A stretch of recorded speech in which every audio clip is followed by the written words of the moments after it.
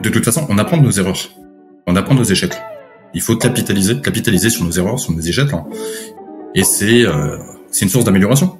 C'est une source d'amélioration. Mais le lean ne fonctionne que comme ça, c'est ça. Finalement. Mais le lean, tu ne peux améliorer que des erreurs. C'est ça. Le lean, hein, c'est du solving, c'est de la résolution de problèmes. Bonjour à toutes et à tous, je m'appelle Arnaud Huvelin et bienvenue dans le déclic du lean. Ce podcast s'adresse à tous ceux et celles qui travaillent dans une usine.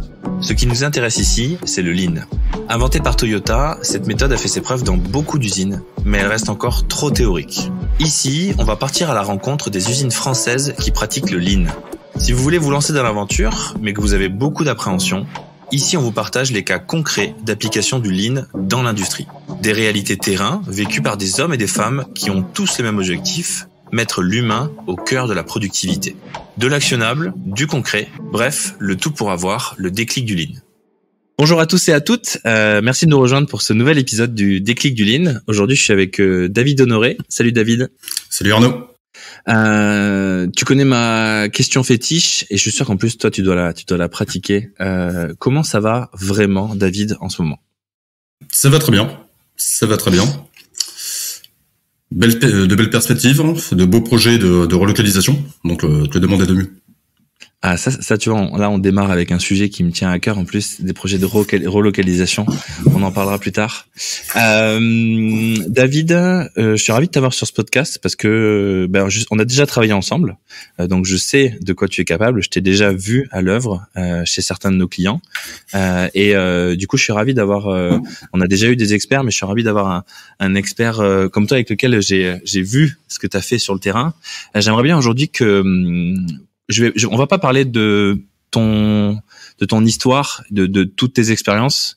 J'aimerais bien qu'on aille directement dans le vif du sujet, avec des histoires lean que tu as vécues sur le terrain, peut-être récentes ou un peu plus vieilles. Moi, j'aimerais bien qu'on aille directement sur un peu ce qui intéresse, je pense, nos auditeurs. Enfin, j'ai l'impression que c'est ça qui les intéresse. Tes clients avec lesquels tu démarres et où il y a rien niveau lean, c'est quoi un peu le sujet, par où tu commences quand tu arrives dans une usine et qu'il y a rien?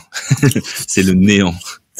Le point de départ, hein, le point de départ chez mes clients, concrètement, c'est un diagnostic. Hein. Le but, c'est vraiment de connaître leur point de blocage, leurs attentes, leur vision, puisque concrètement, c'est la vision d'entreprise, mais surtout recentrer le client au centre de l'entreprise, savoir un peu comment se positionne l'entreprise par rapport à ses clients, comment les employés se situent par rapport à l'entreprise et par rapport aux clients. Donc moi c'est question assez simple, hein, que je pose régulièrement aux opérationnels, qui vous paie. Donc en termes de réponse, j'ai un peu de tout, hein, Donc c'est mon patron, c'est ma boîte. Mais régulièrement et de plus en plus, hein, j'ai la réponse de la part des opérateurs, c'est le client qui nous paie. Ça c'est vrai que moi j'avais trouvé ça extraordinaire. Je trouve cette question elle est géniale parce que elle ramène du sens. Tout bêtement, hein. Tu demandes au mec qui c'est qui vous paye. Enfin, à tout le monde, hein, manager, directeur, opérateur, tout le monde. Mais qui c'est qui vous paye? Et en fait, il y a qu'une réponse. Enfin, si je me trompe, non, ou il y en a plusieurs? Il y a qu'une réponse. Hein. Le client va payer la société va payer ses employés. Donc si on tout passe court, hein, c'est le client paye les employés. Ouais, c'est ça en fait. Et c'est ça en fait. Et le meilleur moyen d'être payé, d'avoir son salaire à la fin du mois, c'est de satisfaire son client. À partir du moment où on satisfait son client, on sait que le tien reviendra, et on est en mesure d'avoir une vision long terme, hein, une vision long terme. Donc quand tu arrives dans une usine où il y a aucun historique lean, tu commences par ça. Alors concrètement, ça prend quelle forme? Tu vois, c'est quoi un peu le... Ça prend la forme suivante. Hein, c'est les acronymes qui n'aiment pas ça. Hein, je le sais. Hein. Mais concrètement, hein, je repars de la chaîne de la valeur. Mais je fais le schéma dans le sens inverse. Hein. Je pars des expéditions jusqu'à la saisie de commande. Quand tu dis je pars des expéditions, c'est-à-dire tu te poses avec qui? Avec les directeurs, avec les managers, avec les opérateurs? Non, j'insiste systématiquement pour que le directeur ou la personne qui va être vraiment à l'initiative de la démarche m'accompagne. Okay.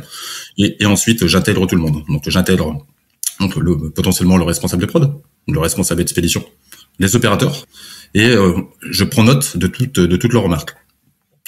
En parallèle, il y a des éléments de mesure qui sont réalisés, hein. Donc on va mesurer des temps de traversée, on va mesurer des valeurs de stock, hein. Et le but, c'est vraiment de comptabiliser, avoir un peu de données, avoir un peu le ressenti de chacun, hein. Après, le lean, depuis quelques années, a mauvaise image. Donc il y a le vrai lean et le faux lean. Ah, il y a des gens qui font du lean. Après, on va pas copier les les inconnus, mais du coup, c'est quoi le bon lean, le bon chasseur? Le bon lean, hein, c'est concrètement, on va regarder les gaspillages. Mais avant de regarder les gaspillages, c'est vraiment un état d'esprit. C'est vraiment un état d'esprit. C'est on va sur le terrain, là où se fait réellement la valeur ajoutée. En fait, le bon lean, c'est pas une question de méthode. Ça, le bon et le mauvais lean, ils ont les mêmes méthodes en fait. Pour moi, de mon avis personnel et le ressenti de journée, hein, c'est on a deux lignes. Donc le mauvais lean, pour moi, c'est on va chercher les points de non-valeur ajoutée qu'on appelle dans le lean les gaspillages, hein. On va les éradiquer, hein, donc c'est très bien, c'est un fait, on va les éradiquer, hein. Par contre, certaines entreprises utilisent le fait d'avoir supprimé des gaspillages pour réduire les effectifs. Le bon lean, hein, c'est on ne supprime pas les effectifs, on réduit pas les effectifs, hein. Les gains qu'on a capitalisés, hein, donc les personnes qui ont été les personnes qui ont été auditées sur lesquelles leurs process ont été révisés, hein, pourront apporter une valeur ajoutée complémentaire sur d'autres process. Donc on capitalise, hein, sur le fait des gains qu'on a pu réaliser, et ces gains on les met à contribution sur d'autres process, de la relocalisation, de la réindustrialisation, hein, donc on développe l'entreprise. Et ça me paraît trop simple. Tu vois, je sais pas, je me dis c'est bizarre parce que du coup tout le monde le ferait si c'était aussi simple. C'est ça qui disons qu'il y a deux écoles, hein. Donc il y a le mauvais lean, hein. Donc le mauvais lean, la plupart moi j'appelle ça du clustering. OK. Clustering, concrètement, on fait du lean pour réduire les coûts, hein. Donc après une des manières de réduire les coûts, malheureusement dans le domaine industriel, c'est des plans de suppression d'emplois. Donc on a optimisé le process, mais on se retrouve le process ou l'ensemble de la valeur, la chaîne de valeur, on l'a optimisé, hein. Mais par contre les personnes, on n'a pas forcément d'emploi à leur proposer. Donc le meilleur moyen pour faire des économies c'est très court-termiste, hein. Donc c'est suppression des emplois. Le bon lean est différent. On a optimisé l'ensemble de la chaîne de la valeur, hein. Et qu'est-ce qu'on peut faire pour se développer? Qu'est-ce qu'on peut faire pour se développer? Donc on se retrouve avec du personnel qu'il va falloir occuper. Donc qu'est-ce qu'on peut faire pour les occuper? On se développe, on réindustrialise, on lance des plans de transformation. Et le lean, c'est une remise en cause perpétuelle. Donc en fait, j'ai l'impression que en fait, le bon lean et le mauvais lean, ce que tu me dis, et je pense que les gens qui nous écoutent peuvent faire des parallèles avec ce qui se passe dans leur usine. Bon lean, c'est vision à long terme. Tout à fait. J'ai fait des gains. Ok, j'ai fait des gains là tout de suite. Par contre, mon objectif, c'est que ces gains ils tiennent dans le temps. C'est que mes employés, c'est que ma famille en fait. On va appeler ça j'aimerais appeler ça une famille. Tu vois, c'est que tout mon écosystème qui est l'entreprise, dans la durée, ça lui profite. Et si jamais ça lui profite dans la durée, les gains plus tard seront encore plus grands. Et le mauvais lean, en gros, c'est je viens, je casse tout, je vire la moitié des effectifs, et oui, c'est sûr que à très court terme, je gagne de l'argent. Mais est-ce que tu as des exemples? Tiens, voilà, est-ce que tu as des exemples concrets, alors sans citer de nom, mais de lean court terme où ça s'est cassé la gueule, et pourquoi en fait ça s'est cassé la gueule? Mais j'ai un client, hein, concrètement, du moins j'ai un client. Un de mes anciens clients, on va dire, qui sont une vision. Moi, je suis assez idéaliste. Hein, je pense que tu peux le ressentir. Je suis assez passionné du lean, ouais, et d'une vision industrielle.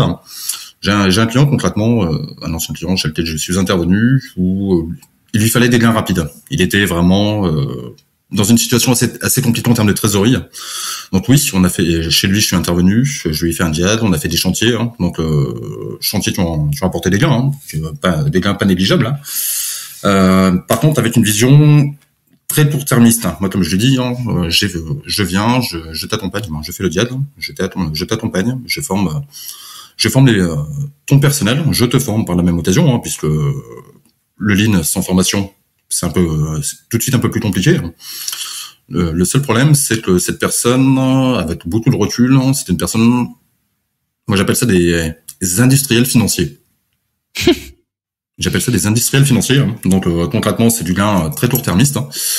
Les premiers chantiers sont très bien passés, très bien, comme je disais, très bien passés. Des gains importants, donc des gains de temps de traversée. Des gains de temps de traversée pourrait diminuer de 50%. 50%, donc avec l'impact que ça peut avoir derrière. Ça a très bien fonctionné, mais par contre, il a continué à vouloir tirer entre guillemets des gains sur du court terme, sans avoir une vision de long terme. Ce client, je l'ai connu il y a 2 ans, ça fait 6 mois que la société est fermée. Ah voilà, ça c'est un exemple concret. Donc au début tout était rose, les 6 premiers mois on se dit génial, et puis en fait qu'est-ce qui casse dans le temps? C'est quoi? C'est quoi les signes qu'est-ce qui a fait que du coup là ça dégringole quoi? Disons que je pense que les gains qui ont été réalisés lors des chantiers, pour moi, n'ont pas été réinvestis dans le développement de la société. Mais dans le développement aussi de l'humain, du personnel. Et c'est là où le bas blesse. Alors que j'ai un exemple très concret chez un client où ça se passe. C'est une petite société. Je citerai pas le nom. Très petite société, donc une dizaine d'années, pas une dizaine d'années de distance. 23 personnes, un chiffre d'affaires qui frôle les 30 millions d'euros. Donc, ce qui est pas négligeable pour tant de personnes. C'est bien pour une petite boîte comme ça. Une petite société. Donc, il a conclu un contrat avec c'est un contrat oral avec ses employés. C'est on met en place une démarche, on y va tout le monde ensemble. Notre vision, c'est le client d'abord. C'est le client qui nous paie. Et c'est l'un des premiers clients chez qui je suis intervenu ou quand j'ai initié le diagnostic, lancé le diagnostic, où l'intégralité de son personnel m'a dit, c'est le client qui nous paie. Donc, si on veut être encore présent demain, il faut satisfaire le client. Ouais. Vraiment une vision. Donc, on a enclenché une démarche chez eux il y a de cela 1 an et demi, à peu près un an et demi, où concrètement le contrat avec la direction, direction et les employés, c'est simple. On va faire des gains. Donc, les gains, c'est très bien, et ça sera très bien pour tout le monde.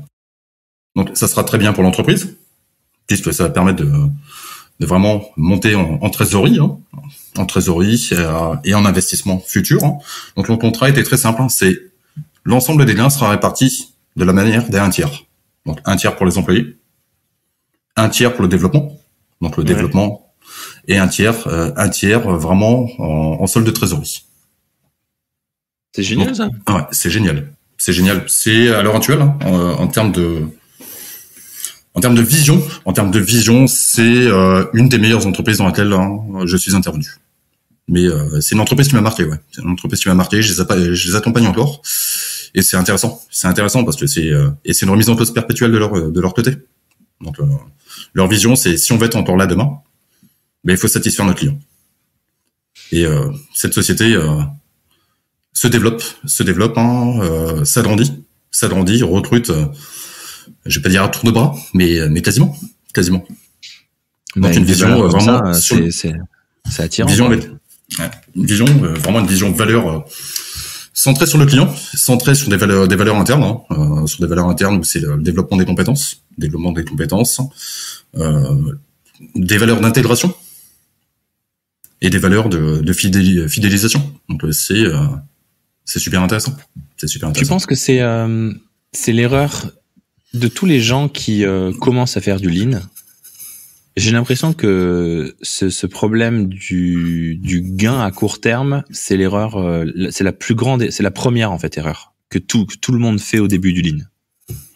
C'est la plus grande erreur. Faire du lean, concrètement faire du lean pour faire du lean, ça n'a pas d'intérêt. Le lean, ce qu'on cherche, c'est vraiment une vision à long terme. On souhaite développer l'entreprise, mais avant de développer l'entreprise, on développe une philosophie et on développe des hommes.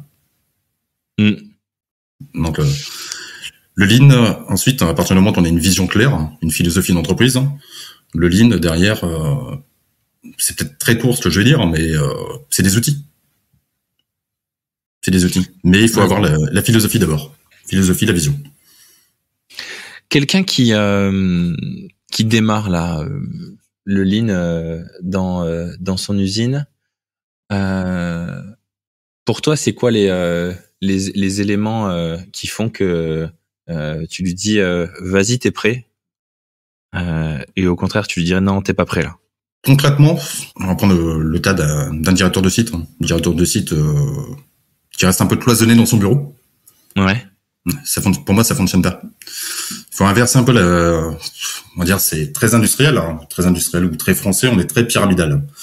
Ce qu'il faut retenir du lean, c'est le terrain. C'est aller sur le terrain. C'est la direction, les managers, les middle managers doivent faciliter le rôle des opérationnels. Ouais, mais aller sur le terrain, c'est facile. C'est comment, parce que tu vois, genre, moi je sais pas, je me mets à la place des directeurs, des managers qui nous écoutent, ils se disent oui, vous voulez que j'aille sur le terrain, mais je vais y foutre quoi sur le terrain? Parce que tu vois, c'est physiquement c'est rigolo, mais la place des directeurs et des managers, ils ont pas leur place en fait. C'est un peu comme si jamais c'est un terrain hostile pour eux en fait. S'ils y sont dans la tête, je sais pas, j'ai l'impression que s'ils y sont, on se dit ah merde, il y a le directeur qui est descendu là, ça va pas. Disons, je pense qu'il faut tasser, du moins pour moi, il faut tasser les silos, il faut tasser les barrières. Il faut rendre vraiment de la proximité, faciliter l'échange avec les équipes. Comme je disais, aller sur le terrain, c'est pas le fait d'aller sur le terrain qui fera changer fondamentalement les choses. Mais le rôle vraiment de la direction, du manager, c'est de redescendre la demande client vis-à-vis des opérateurs, des responsables d'équipe, et avoir une vision commune. Donc, pour que ça fonctionne, c'est on va sur le terrain, on va là où se crée la valeur, et on aide son équipe. Comme tu le disais tout à l'heure, c'est une vision globale, c'est une vision d'équipe, et c'est une famille. On aide son équipe, c'est concrètement, tu dirais au directeur, descendez et allez bosser dans l'usine avec les gars, quoi. Moi, je vais te faire par rapport à une expérience que j'ai eue, que j'ai pratiquée à maintes reprises. J'étais, comme tu peux le savoir, j'étais responsable méthode amélioration continue dans une société, où concrètement, avant de libérer les lignes de production, je testais moi-même les lignes de production. Okay. Je testais moi-même les lignes de production, et j'accompagnais vraiment les équipes lors du passage de témoins. On tient compte de leur ressenti, de leurs problématiques. Et à partir du moment que on traite les irritants dans les ateliers, il y aura pas de point de blocage. C'est vraiment avant, comme je disais, c'est avant de créer de la valeur. C'est on crée un relationnel, on crée une famille. Donc philosophie, aller sur le terrain, partager avec vos opérateurs, vos responsables de production. Ayez vraiment de la proximité avec le terrain. Régulièrement, ce que je dis à certains directeurs, c'est leurs bureaux sont totalement à l'opposé de l'usine. Vous voulez que ça fonctionne? Mettez votre bureau en plein milieu de l'atelier. Ayez une proximité avec les gens. Ça, c'est pas mal. Ça, c'est un bon conseil. Celui-là, je l'aime bien. Ça, c'est des trucs il nous faut dans ce podcast, je veux des trucs actionnables, des trucs qui peuvent des fois paraître un peu trop simples, tu sais. On se dit oui, mais non, mais si c'était aussi simple, si, regarde, c'est pas moi qui le dis. C'est un expert du lean qui a je sais pas combien d'usines t'as aidé, t'as visité, mais ouais, je trouve que ce conseil, il est tellement simple, il peut pas ne pas marcher. Prenez votre bureau, prenez votre table, vous avez même pas besoin de votre table. Prenez juste votre ordinateur portable, et allez vous installer au plus près du terrain. Soyez accessible. C'est pas mal, ça. C'est et un bureau sans porte aussi ou pas? Bureau sans porte, moi, une des dernières expériences que j'ai, donc typiquement, c'est l'entreprise que je te parlais juste précédemment, qui se développe, qui se développe très bien. Donc ils veulent mettre. Ils ont créé un super entrepôt avec des bureaux qui sont déportés. Donc le responsable du logistique, qui va gérer l'intégralité des flux, je dis, non, les bureaux sont mal positionnés. Tu les mets en plein milieu, mais par contre tu mets pas de cloison. Il faut que tu entendes, il faut que tu sentes les signaux forts, les signaux faibles de tes équipes. Et c'est toi qui vas être là. Ton rôle va se modifier. Tu vas pas avoir un rôle directif, tu vas avoir un rôle de facilitateur. Il me vient une comparaison tellement évidente. J'imagine l'usine comme un orchestre, tu vois. Et tous les managers, maintenance, production, etc., comme des chefs d'orchestre. Et je les imagine essayer d'entendre et de mener l'orchestre, mais depuis dehors de la salle. Et du coup, ça paraît complètement illogique. Et en fait, c'est un peu ça qui se passe, quoi. Si tu sens pas l'usine vibrer et t'entends pas quand elle a mal, quoi. C'est exactement ça. Donc la proximité des équipes fait que on va pouvoir traiter les irritants, les problématiques de tout le monde au quotidien. Et à partir du moment qu'on traite les irritants, on facilite le boulot de tout le monde. Est-ce qu'il n'y a pas aussi une autre problématique, parce que du coup on dit ok, bon, descendez sur le terrain. Moi je disais descendez les escaliers, toi tu dis quasiment déplacez le bureau. La finalité est la même. Déplacer le bureau, c'est bien aussi. Tu dis soyez sur le terrain, soyez accessible, montrez aux gens qui peuvent vous parler, que vous savez les écouter, et que leurs problèmes vous importent. Que ce qui se passe dans l'usine vous importe, peut-être même travailler avec eux. Mais du coup, on en vient peut-être à un mot finalement je pense peut-être de beaucoup de managers, directeurs, responsables de production, amélioration continue, etc. C'est que souvent c'est des gens techniques qui ont fait des études techniques, BTS, école d'ingé, prépa, etc. Mais très peu de management en fait, très peu d'humains, très peu de. Et je pense que j'ai l'impression en t'écoutant, je me dis, ça paraît tellement simple, et en même temps, je me mets à leur place et je me dis, ouais, mais t'imagines là, tu n'as aucune formation en management. T'as jamais été formé à manager des gens et tu te retrouves à gérer une équipe, une usine, parce que, techniquement, t'étais bon et que, t'avais quand même un peu de bagou, mais en fait, il va te manquer des armes et c'est pour ça, peut-être que ça coince. C'est que du coup, tu te retrouves face à une équipe et on t'a pas appris à gérer des gens. Disons c'est pas facile de gérer des gens. Disons entre guillemets, je pense que en France, on a un schéma, on va dire scolaire et un schéma universitaire qui est très orienté outils. Ouais. Très orienté outils, sans pour autant être orienté humain. Je pense qu'il faut replacer, pour moi, l'humain au centre de la démarche. Et c'est un peu entre guillemets mon coup de gueule. C'est vrai que au niveau universitaire, c'est quelque chose qui est pas abordé. C'est un des points qui est pas abordé, c'est vraiment dommageable, vraiment dommageable. Ah mais c'est clair. Je sais pas que l'état de la formation, tu vois, l'état de la part du management dans la formation. Moi je me souviens, mes études c'était il y a 10 ans. Déjà il y a 10 ans, on commençait à nous parler de management, mais c'était ridicule dans tout mon cursus universitaire. Le management c'était une partie ridicule, alors qu'on était censé on était quand même formés tous. Moi, je me souviens, on était formés pour être des futurs managers. En école d'ingénieur, t'es formé, tu vas gérer des gens, t'occuper de personnes, avoir des responsabilités, tu vas manager. Et en fait, on t'apprend pas la communication, l'écoute active, la remise en question.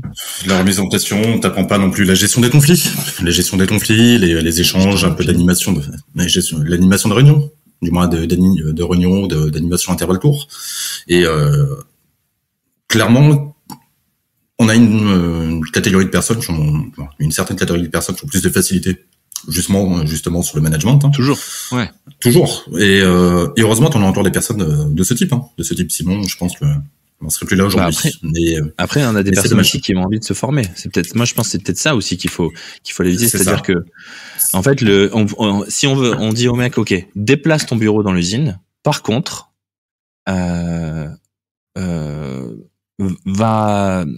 vas-y, ouvre-toi et va te former, va prendre des formations pour être manager, utilise ton CPF, va voir ton directeur et essaye d'aller voir si jamais je peux pas apprendre 2-3 choses, parce que peut-être que c'est ça en fait qui bloque dans l'usine et qui te bloque toi, c'est qu'en fait t'as l'impression que c'est insurmontable et que tu comprends pas pourquoi il y a des conflits, pourquoi ça se résout pas, etc. Peut-être que commence par te former toi plutôt que déjà de demander tout le temps des choses à tes opérateurs. C'est ça. Et je pense je dirais même que j'ajouterais, c'est comme je disais, moi via le Lean, tu inverses un peu la pyramide. Tu inverses la pyramide où tu as des managers qui vont avoir une mission qui est différente, qui sera totalement différente dans le futur par rapport à ce qu'ils font à l'heure actuelle. À l'heure actuelle, on a un management très directif. C'est il faut faire. Le lean, on va retourner un peu la pyramide, où il va avoir un rôle de facilitateur. Donc, pour faciliter, il faut avoir une proximité avec les équipes, il faut avoir de l'écoute. Il faut avoir de l'écoute, il faut, comme je disais, cerner les signaux forts, les signaux faibles, gérer les conflits. Donc c'est pas évident, comme tu le dis, c'est pas donné à chacun. Il faut se former, et après le management évolue aussi au fur et à mesure de la carrière. On va évoluer en fonction des personnalités des personnes, mais notre personnalité aussi évolue. Donc il faut être capable de pouvoir s'adapter. Ça me fait penser à une expérience que j'ai eue sur un bateau. Sur un drakkar avec des Vikings et on est en mer. Enfin en mer. Il se passe un truc en mer où ça cafouille si tu veux et voilà, une petite manœuvre qui marche mal. Rien de grave, hein, le bateau coule. Enfin tu vois, c'est juste à un moment donné il y a un truc et ça se passe mal. Tu vois, il faut imaginer le bateau comme une usine. Tu vois, moi j'ai l'impression d'être dans une usine. On fait des manœuvres et en fait il y a une mésinformation et en fait on s'est pas compris, on a descendu la voile pour rien, c'est une voile qui doit faire peut-être une tonne, enfin je sais plus, c'est tu vois donc c'est ce genre de mouvement qui coûte, tu vois. Et bref, il y a un problème. Et on arrive au port et le capitaine du bateau, nous on était des jeunes un peu des jeunes matelots et le capitaine pas mal d'expérience. En plus, c'était un manager dans une grosse boîte de conseil en Norvège, je me souviens. Et il nous dit bon voilà, là il y a un truc qui s'est mal passé. Il y a eu un cafouillage. Et là il nous regarde, il nous dit si jamais il y a un problème sur le bateau, c'est toujours la faute du capitaine. Et il nous dit vous avez beau le retourner comme vous voulez, dans n'importe quel sens que vous voulez. Si jamais il y a un truc qui s'est mal passé sur le bateau, qu'il y a eu un problème de consigne ou que quoi, machin, ou ce sera toujours la faute du capitaine parce que c'est lui il fait rien, il disait. Le capitaine, il doit rien faire sur le bateau. Je me souviens, il touchait à rien, tu vois. Un peu comme un directeur d'usine. Il touchait à aucune des cordes, à rien. Par contre, il donnait les instructions. Il nous regardait. Il regardait qu'on était bien, qu'on était en forme, qu'on était alerte, qu'on n'allait pas se blesser, qu'on avait bien compris les consignes, que tu vois, il était comme un support quoi. C'est ça. Et là, tu sens qu'il cerne un peu les signaux forts et les signaux faibles. Ouais, c'est vrai. Quand on naviguait, il était en totale écoute. Il y a que quand on arrivait sur le port et que le bateau, tu sais, il était amarré. Et ben à ce moment-là. On sentait que, tu vois, genre, c'est bon. J'ai ramené tout le monde en vie au port. Genre, on a fermé l'usine. J'ai plus besoin d'écouter maintenant. Pause, tu vois. Et là, on sentait qu'il était un peu plus détendu. Mais dès qu'on enlevait les cordes et qu'on était encore en port, il était, il avait cette attention totale sur ce qui se passait. Il était totalement alerte. Il était totalement alerte et il était en train de regarder et il nous expliquait quoi qu'il avait le droit de toucher à rien. Qu'il était là pour écouter et pour guider le bateau pour faire en sorte qu'on rentre en vie quoi. Et tu te mets dans un état, t'es une fonction support. T'es au service d'eux en fait. T'es au service. Typiquement, tu vois, c'est un échange que j'ai eu avec un directeur de site, société de distribution de produits. Où concrètement, je lui ai posé la question, quel est ton taux de retour ou ton taux d'erreur sur la préparation de commande. Donc, il m'a remonté un taux qui était pas anodin. Il me dit, mais par contre, c'est quoi un taux pas anodin sur la préparation de commande, c'était du gros volume, c'était environ 5%. Alors attends, 5% des colis qu'ils préparaient, c'était quoi? Ils étaient 5%, c'est du colis multiligne, hein, donc c'est du colis qui peut varier de 2 à 500 lignes. Hein, donc potentiellement, tu avais 5% de ces expéditions qui étaient non conformes. Donc soit une erreur de référence, une erreur de colis, une erreur de destinataire. Mais concrètement, lui, avec du recul, et c'est là que je fais vraiment le rapprochement par rapport à ce que tu viens de dire. Il me disait, tu sais David, les 5%, c'est un fait. Les 5%, je suis pas là pour blâmer les personnes. Si on a 5%, c'est qu'il y a un trou dans la raquette. C'est que notre process n'est pas verrouillé pour faciliter le job au quotidien des personnes. Et de ce fait, on est capable de commettre des erreurs. Donc moi, ma seule volonté, c'est vraiment de prendre du recul, ne pas blâmer les personnes, surtout savoir pourquoi, et ensuite éradiquer la cause du problème. Donc on se retrouve vraiment, du moins il se retrouvait vraiment dans un rôle de facilitateur. C'est on prend du recul, on n'est pas là pour blâmer, on constate pourquoi on s'est trompé et qu'est-ce qu'on met en place. C'est ça aussi, c'est la bienveillance. C'est la bienveillance. Ouais, mais c'est ça. Mais tu vois, quand je t'écoute et que je fais un parallèle avec tout ce qu'on apprend à l'école et tout ce sur quoi on est formé, ben en fait, je le retrouve pas, quoi. Je pense que ça, c'est déjà. Il y a un décalage. Il y a un décalage total. Un décalage énorme entre l'éducation qu'on a et où en fait on nous apprend pas à embrasser les erreurs. À écouter, à se remettre en question, quoi. C'est ça. Et tu vois, pour rebondir sur le lean, tu prends les erreurs ou les pertes, ou les gaspillages. De toute façon, on apprend de nos erreurs, on apprend de nos échecs. Il faut capitaliser sur nos erreurs, sur nos échecs, et c'est une source d'amélioration. Mais le lean ne fonctionne que comme ça. C'est ça. Finalement, mais le lean, tu ne peux améliorer que des erreurs. C'est ça. Le lean, c'est du solving, c'est de la résolution de problèmes. C'est de la résolution de problèmes. Et ensuite, c'est juste c'est une philosophie. Et ensuite, c'est une résolution de problèmes. Et on utilise les outils adéquats. C'est quoi ton expérience dans ta vie, dans le lean, où t'as eu toi ton plus grand déclic, un moment où tu t'es dit ah ouais, mais en fait, ça marche comme ça. À un moment où vraiment, tu sais ces moments de, je sais pas si tu vois ce que je veux dire, un peu comme dans les films où t'as le héros qui fait genre, oh tu vois, genre, tu réalises un truc et tu sais les planètes s'alignent, tu vois. Je vais te dire, c'est mon avant-dernière expérience, avant de créer la société, avant de créer la société où j'étais en charge d'industrialiser les produits. Ouais. Et on avait avec la direction, à cette époque-là, je pense qu'on a une divergence de point de vue. On était vraiment sur des coûts, on se bataillait un peu sur les coûts. Moi, j'avais une vision très locale, très orientée développement de partenaires locaux. Mmh. Donc, eux avaient plus une optique cost-killing, un pays bateau, massification. Sauf que le point de divergence, c'était vraiment au coût global. Donc concrètement, moi, je leur proposais une solution avec un fort taux de rotation des stocks, développer un partenariat local avec les entreprises. On a un bassin qui est quand même assez riche dans les Hauts-de-France. Eux, c'était vraiment le tarif bateau avec un minimum de MOQ, et au détriment du savoir-faire. Donc on a l'impression que cette expérience m'a appris que on peut casser, je vais pas dire une industrie. On pourrait dire une industrie locale, juste en allant chercher du coût de manière un peu exotique, alors qu'on a un savoir-faire. Faut savoir que comme je disais, je suis idéaliste, je prends un peu mais je suis même un peu beaucoup, vraiment l'aspect local, économie circulaire. Donc on a des savoir-faire en France, autant les utiliser à bon escient. Et du coup, c'était quoi ton moment de réalisation? C'était quoi du coup dans cette expérience?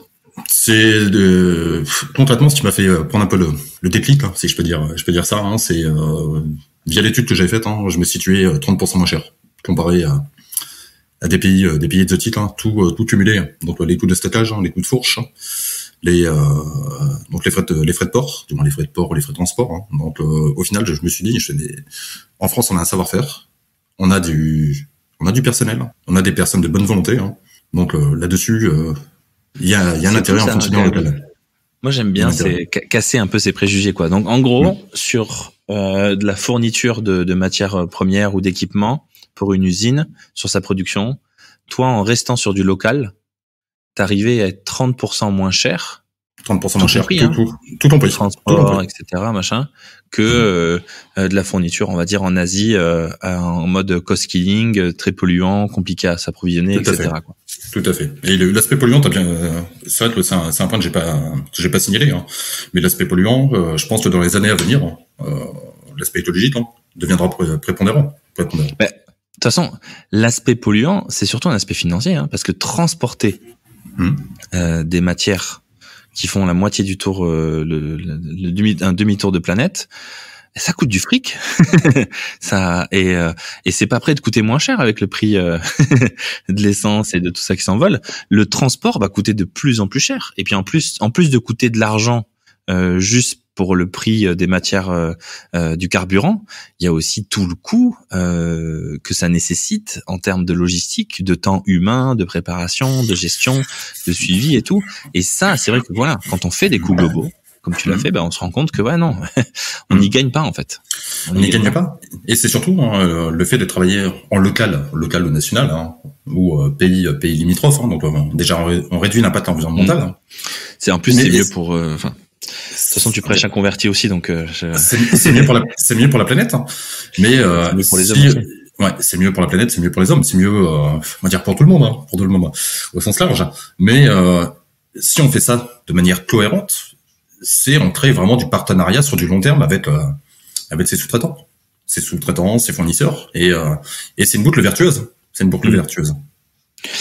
Est-ce que, même si ça c'en était quand même un petit et j'aime bien, est-ce que tu aurais un coup de gueule pour l'industrie en France? Toutes les personnes toute la France t'écoute même, voilà. Pas juste les usines, c'est toute la France t'écoute. Est-ce que tu as un coup de gueule pour les usines en France? Je veux dire que le coup de gueule, c'est un peu redondant par rapport à ce que je viens de dire. C'est ayez une vision globale. Ayez une vision globale sur le calcul des coûts. On a un savoir-faire en France. Je pense, pendant pas mal d'années, on a délocalisé pour des questions de costing. On a un savoir-faire. Certes, on a des sessions qui ont disparu.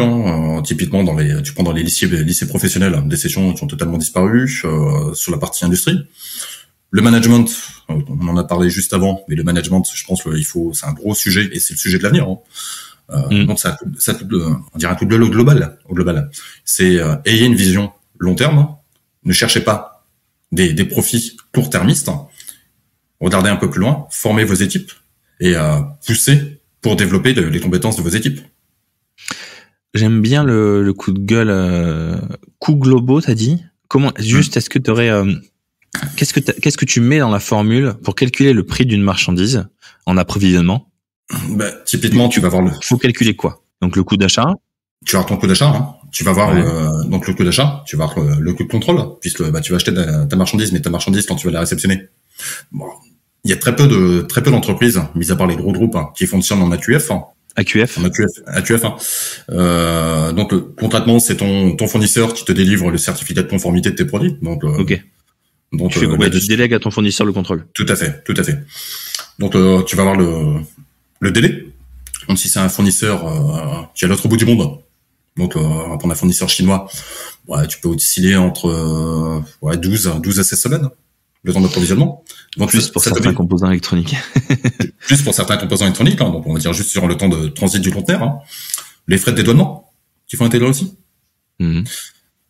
La valeur de stock. Donc si tu commandes tes produits, mais tu as 12 semaines d'acheminement des composants, donc ça veut dire qu'il va falloir que tu stockes aussi de ton plus pour pouvoir avoir une couverture. Donc c'est du stock de sécu. Mais le stock, pour une entreprise, ça n'a aucune valeur. Ouais. Ça n'a aucune valeur. C'est des capitaux ça n'a aucune valeur productive. On est vraiment sur des capitaux immobilisés. Et pour moi, des capitaux immobilisés au non-profit de potentielles lignes de fabrication, donc d'ajout de valeur ajoutée. Donc, du contrôle, du passage de commande, de la réception, du contrôle qualité, du stock. Les surfaces au mètre carré, il faut les calculer aussi. Le loyer, ouais.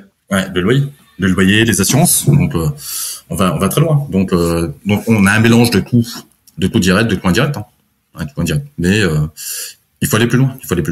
Si tu es en capacité d'avoir un fournisseur local qui peut être un peu plus cher, mais qui est capable de te livrer toutes les semaines, donc la surface utilisée qui était utilisée précédemment pour le stockage peut devenir une surface productive. Ouais, c'est vrai ça. Il est bien ce coup de gueule. De toute façon, on a toujours des bons coups de gueule ici, mais j'aime bien parce qu'il est, je l'aime bien parce qu'il est concret en fait. Puis surtout on n'arrête pas de dire oui, ils font consommer en France, c'est possible, on peut relocaliser, machin là. Mais il y a rien de mieux que les chiffres, il y a rien de mieux que les faits quoi.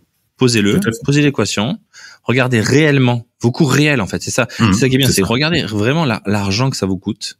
Est-ce que vous êtes sûr que ça vaut le coup de s'approvisionner en Chine? C'est ça. Quelqu'un qui commence le lean, tu lui conseilles de lire quoi? De regarder quelle vidéo? De lire quel livre? Quel podcast? Qu'est-ce que tu lui conseilles de regarder? Une petite lecture pour nous, ou lecture ou écoute? Il y en a tellement, hein. Il y en a tellement. Je pense que le premier, Toyota Way. Les 14 principes, ouais, les 14 principes, du moins le modèle Toyota, hein, c'est les 14 principes de chez Toyota. Okay. Et je dirais j'ai 2 livres qui m'ont marqué, hein. Au-delà de celui-ci, le but de Dolrat. Hein. Donc là, on n'est pas forcément très lean, on est plutôt théorie des contraintes, hein, mais qui est assez frappant. Et le dernier, pour une personne que tu connais en plus, hein, le livre, j'ai trouvé ça vraiment très intéressant et très explicite. Hein, c'est l'amélioration continue en 3 jours de Julien Charles. Okay. Très frappant. Pas mal, ça. Très frappant. Très frappant. En 3 jours. Ça, c'est cool parce que ça promet ça délivre une promesse de rapidité, ça. On a besoin de ça en ce moment. C'est ça. Et de toute façon, hein, il faut pas, vu le contexte actuel, hein, les entreprises qui veulent se développer, faut qu'elles soient agiles. Pour qu'elles soient agiles, il faut qu'elles aient formé leurs équipes, hein, et c'est une éternelle remise en cause. Ce qui est vrai aujourd'hui n'est plus forcément vrai demain. Donc, on a une vision long terme, on a le client au centre de la démarche, on traite un peu les gaspillages, et en formant ses équipes, hein, en accompagnant ses équipes, hein, on avance. Achetez ces bouquins pour toutes vos équipes. Offrez-les à vos opérateurs, à vos managers. Ça passe vite, hein. Déjà plus de 40 minutes qu'on parle. On arrive à ma dernière question. Je pense qu'on pourrait rester encore 2 ou 3 heures. Il y a pas de souci. Je suis un passionné. Je sais, mais c'est pour ça que j'avais peur de pas réussir à tenir le temps. Heureusement, j'ai le minuteur en face de moi. Et on essaye de faire des épisodes qui durent 45 minutes, 45 minutes. C'est des formats qui sont intéressants à écouter. Et du coup, on arrive à la dernière question. Je t'ai fait tout mon format classique et ton coup de gueule, la recommandation. Et du coup, est-ce que tu as une question pour moi, une question que tu voudrais me poser? Quel est ton coup de gueule et quel est ton ressenti un peu sur les possibles réindustrialisations? Mon coup de gueule. Je suis partagé, en fait. J'ai pas un coup de gueule pour l'industrie, en fait. Parce que j'en ai un peu marre de leur crier dessus.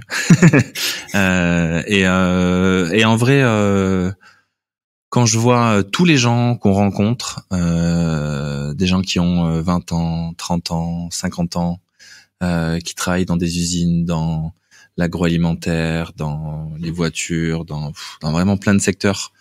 Plus je vois en fait tout ce que la France est capable de faire en termes industriels, et même l'Europe à plus grande échelle, mais vraiment en France de manière très locale. Enfin, il y a plus de 200 000 usines en France. Tu te rends compte? Ça, c'est un chiffre, je pense, dont les gens n'ont pas conscience. Il y a plus de 200 000 usines en France. Il y en a partout. Toujours. Moi, il y a un truc qui me frappe maintenant, c'est quand je suis sur l'autoroute et que je roule. Je vois des usines partout. Moi, c'est un peu une déformation professionnelle, mais je me rends compte en fait de la richesse qu'on a. Mon coup de gueule, il est pas pour les gens qui travaillent dans les usines. Il est pour tous ceux qui fournissent des solutions. Et je vais aller viser directement les éditeurs de logiciels type ERP, MES, GMAO. Les gars qui codent, qui conçoivent les logiciels, pas ceux qui les vendent. Pas ceux qui dirigent les boîtes, ceux qui conçoivent des logiciels industriels.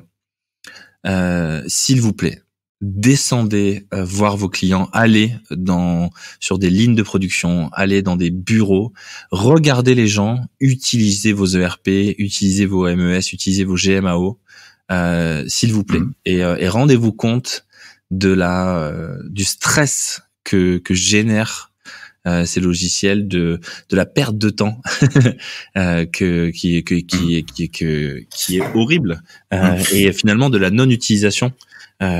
Si jamais vous avez vraiment à cœur d'aider les industriels, allez les voir, et pas les gens qui signent les chèques, pas les directeurs, pas les commerciaux, pas les services achats, pas les services financiers, non, les services opérationnels. Vous êtes développeur, concepteur, product owner, n'importe quoi dans une société qui fait des ERP. Allez voir vos clients, allez les voir, rencontrez-les, discutez avec eux, demandez-leur un retour. Ça sera pas agréable au début, je vous cache pas. Par contre, ça pourrait donner des choses merveilleuses, quoi. L'industrie, mon coup de gueule, c'est ça. C'est que l'industrie a besoin d'outils. L'industrie a besoin d'outils digitaux.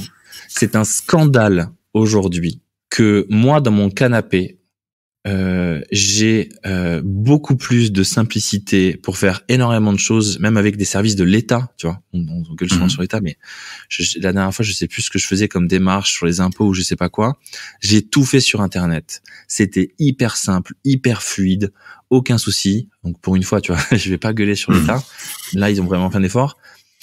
En personnel, avec les smartphones, avec tout, avec tous les services, avec les transports, avec n'importe quoi.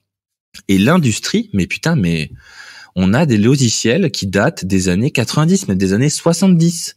J'ai un ami à moi qui bosse sur un quoi, il m'a dit, un AM400.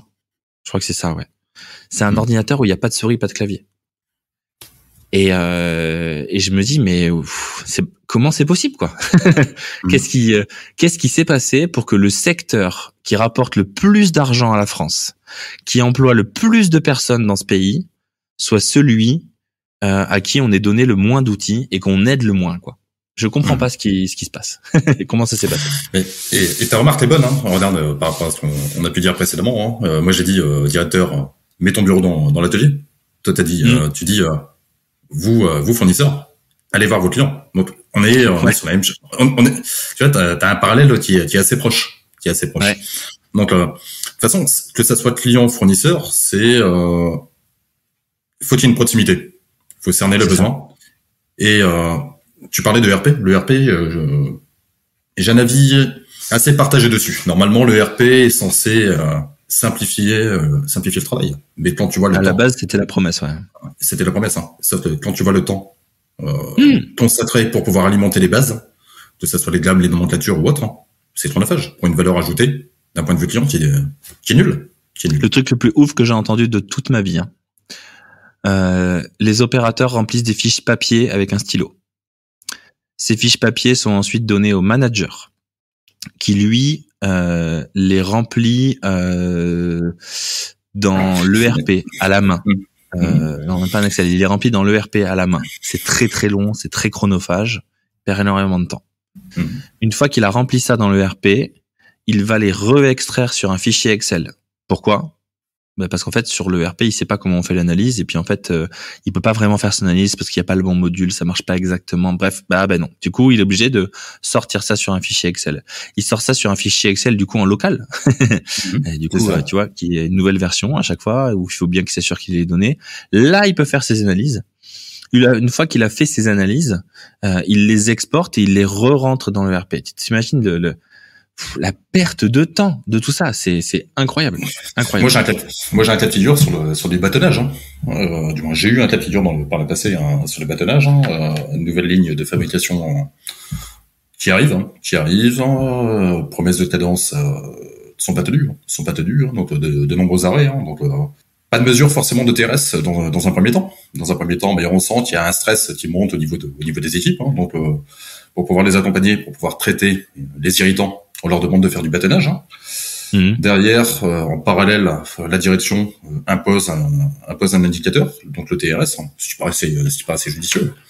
Sauf qu'on n'a pas de saisie automatique du TRS, du moins de remontée d'informations pour compléter le TRS de manière automatique, hein. Donc on a un opérateur qui va faire le bâtonnage, plus le saisie de sa feuille de prod de manière manuscrite, hein.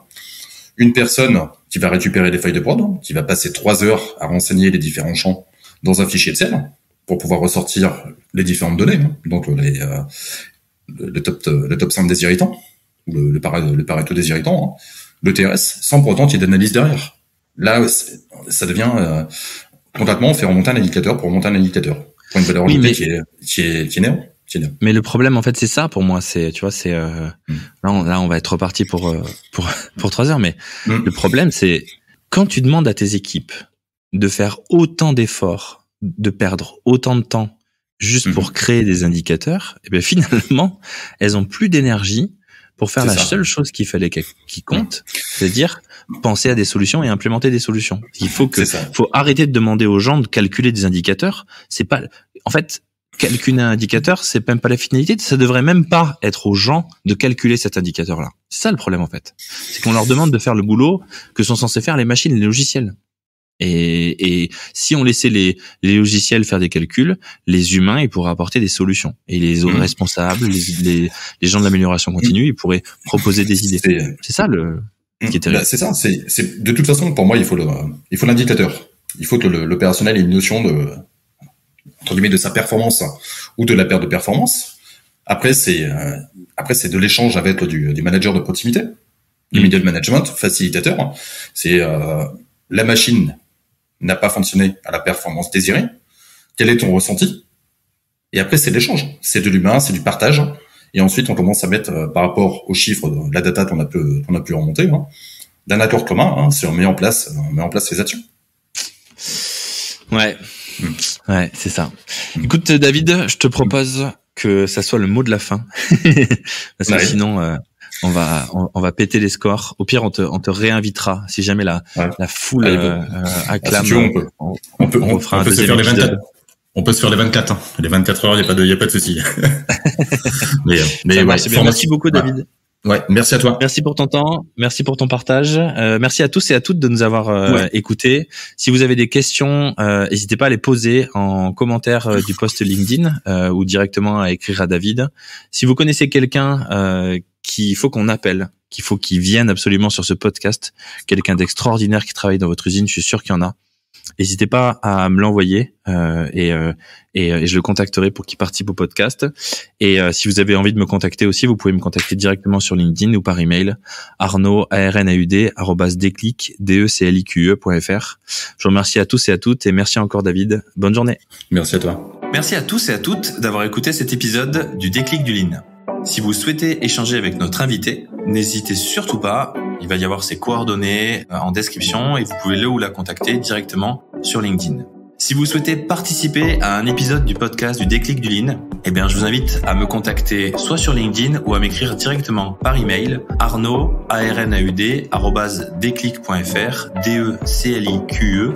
Enfin, si vous voulez en savoir plus sur nos boutons et sur ce qu'on fait dans les usines, vous pouvez trouver toutes les informations sur notre site internet declique.fr ou sur LinkedIn. Je vous remercie encore pour votre écoute et je vous dis à la semaine prochaine pour un nouveau podcast sur le Lean dans les usines.